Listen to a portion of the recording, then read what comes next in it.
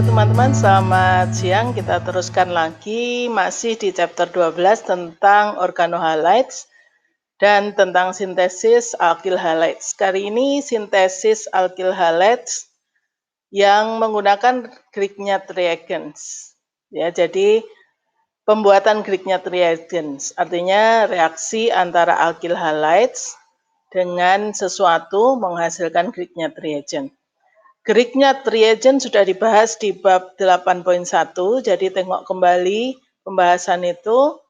Tetapi intinya adalah reaksi alkyl halides Rx dengan Mg dalam pelarut ether atau tetrahidrofuran THF akan menghasilkan garam RMgX yang dinamakan reagen Grignard. Ya. Nah, reagen Grignard ini berguna karena RMgX ini sifatnya nukleofilik dan bersifat basa sekaligus. Mengapa demikian? Gambarnya ini seperti ini ya.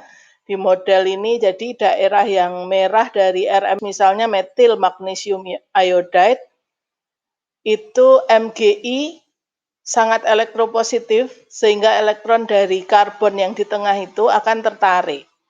Jadi karbon itu akan bersifat lebih elektronegatif. Elektronegatif berarti dia bersifat sebagai nukleofilik dan juga basa karena dengan demikian dia bisa mendonorkan elektronnya. Definisi basa ya, masih ingat ya.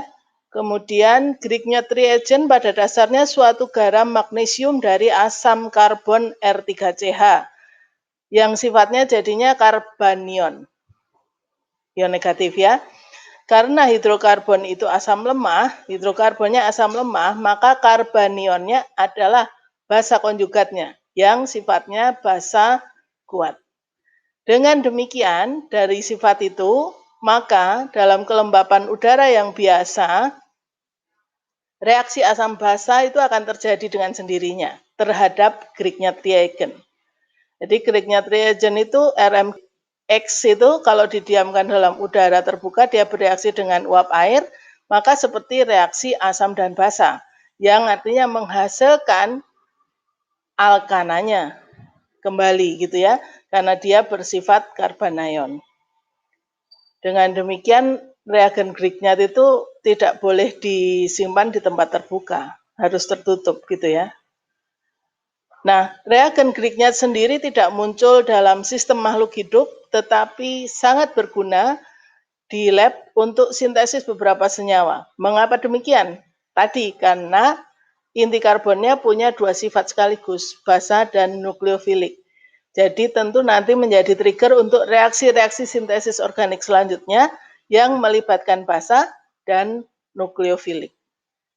Untuk itulah teman-teman sedikit banyak perlu tahu tentang reagen Grignard. Nah, silakan kerjakan problem 12.8 bersama kelompok Palmo bagaimana melakukan sintesis itu. Terima kasih.